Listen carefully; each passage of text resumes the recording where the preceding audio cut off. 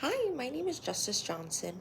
I will be discussing Module 3 assignment for Sociology. I will be explaining this in 3 sections. The first section that I would like to start with would be explaining why life is like a stage according to dramaturgy, explain role performance, sign vehicles, teamwork, and becoming roles that hold society together. A dramaturgy is considered an analysis of how we present ourselves in everyday life. I personally always love to say my life is like a movie or a reality TV show.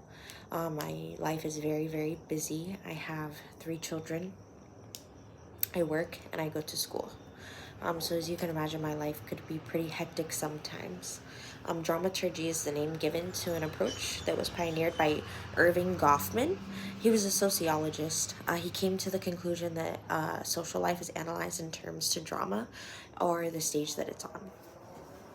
This would also kind of go hand in hand with impression management, and it is the idea that we make efforts to manage the impressions that others receive of us. That'd be some kind of role performance as well. Some sign vehicles. This would actually be from Goffman. He stated that we use sign vehicles to present ourselves wherever we are. It could be in a social setting, it could be our appearance, or it could be a manner of just interacting with people. One example with appearance would be like a pimple. I personally have a pimple. I did notice today at work, I would not face people a certain way. I was a little more timid. I wasn't really trying to get anybody's attention so they could look at my face. So I could see how appearance could be a sign vehicle to someone. A social setting could be in a neighborhood, a house. A house could be a ginormous home. It could have security. It could have guard dogs. It could have gates. It could have security cameras. That house would be showing us that they are a rich and wealthy family. Um, teamwork. An example of teamwork would be like a stage. Would be for me personally, would be at my job. I work at T-Mobile. I am an assistant manager, and I have a team of 6 reps under me. There's the word team. We do have to work as a team in order to function together as one, and that's kind of what we have to do in society. We all have to function together as one in order to make everything work. Becoming roles that hold society together. Role performance in particular, it emphasizes or interprets that an individual gives a role. This is considered the person's style.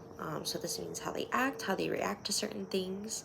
It occurs when the expectations attached to one role are incompatible with the expectations of another role.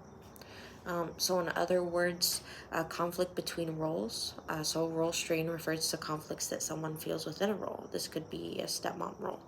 I personally am a stepmom. I do have some conflicting roles sometimes. Just as a mother, I personally think one thing is good for a child. Another mother could think something completely different is good for the child. They both could be very good things for the child, but we only think one is. These could be very conflicting roles because I am, supposed to be the mother. I take care of that child as it is my own. And sometimes when I don't get those same rights as if that child was my own, it can be really conflicting in a lot of ways, mentally and emotionally. I do notice, and I could see how that could affect other stepmoms in society, and it kind of gives stepmoms a little bit of a bad name, which I think stepmoms have come to grow out of that name and be good people to their children. Going back to Irving Goffman, socialization prepares people for learning to perform on the stage of everyday life. This could be taken in many ways, from school to social life, into personal life, and even family life. Front stage is where performances are given and where the main events happen, just like in a play. When you're at a play, that front and center stage is where everything is happening. Just like life, everything that is happening in front of you is your center stage. Backstage, of course, in a play is where people rest from their performances, discuss their presentations, and plan future performances. Not only that, there are some people backstage that could be running the show and they're not even in view. This could be taken in many different aspects. One aspect that I kind of take it in is in more of a supernatural way, if you believe in God. I know sociology, it's not best to go towards religion, but it's just an example. In someone's perspective, God could be running the show from behind the scenes while you're going and doing things out in life. So those are just some becoming roles that I think hold society together. Next, I will be going on to section 2. In this section, you will apply, the paper says you will apply the social construction of reality to your own life. What is the social construction of reality? How do you apply it to your own life? Please provide specific and appropriate examples of how. Social construction of reality is the process by which people make sense of the world. The term social construction of reality refers to the theory that the way we present ourselves to other people is shaped halfly by our interactions with others as well as by our life experiences. While we participate in the construction of reality, it's not entirely a product of our own doing. For example, I'm going to bring back my job with T-Mobile. That building is known for being a phone store, not just to myself, not just because I work there. Anyone who walks in there, they have that expectation of it being a phone store. They have that expectation of walking in there, being able to speak to a technical professional and be able to get problems done, bills solved, or bill issues solved, upgrade their phones. That's what's expected. We all understand also as employees, it's a phone store as well. We all have the understanding.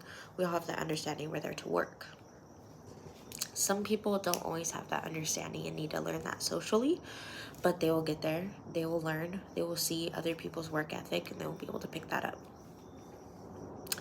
This agreement was created way before any of us even worked there. That T-Mobile has been a phone store for years. Harold Garfinkel was the sociologist that came up with this theory, and it's very, very true. Just people's society. If we go into Fry's, everyone has that expectation that it's a grocery store. You get your cart, you go, you walk around for your groceries, you pay for them, and then you leave. That is just an expectation in society of going to the grocery store. We all have that mutual understanding. Explain in section 3. I will be moving on to explain in your own words what holds society together. This, in the year 2022, I feel like is a little bit more difficult of a question to answer. I personally believe social bonds is what is keeping us all together at the moment during this pandemic of COVID-19 that we are all going through. One example could be our LGBT community. They all have a social bond and they all have a social understanding and beliefs, and they're able to socially connect with each other and not be able to go crazy and have all these differences with people. They're able to actually go somewhere and have understanding and openness and peacefulness within them. Same with the Black Lives Matter community. They have this understanding with each other. The Black Lives Matter community ended up getting really out of hand in the year 2020 and 2021, just with a lot of police brutality, and it caused a lot of riots. It caused a lot of ruckus in society. It caused a lot of rallies and protests, and it ended up getting very, very violent. In a way that kind of held society together because it made everyone come in as a team. Not just Black people, people of all races and colors were able to come in as a team and stick up for people who were not being treated properly in society. I personally also feel like society is starting to crumble. The only reason why I say that is because if you look everywhere right now, there's no workers. No one wants to work. It's between the money that the government has given. It is between a deadly virus that is out there that no one wants to catch. And some people with their families, they can't risk to catch because they don't want to lose their loved ones.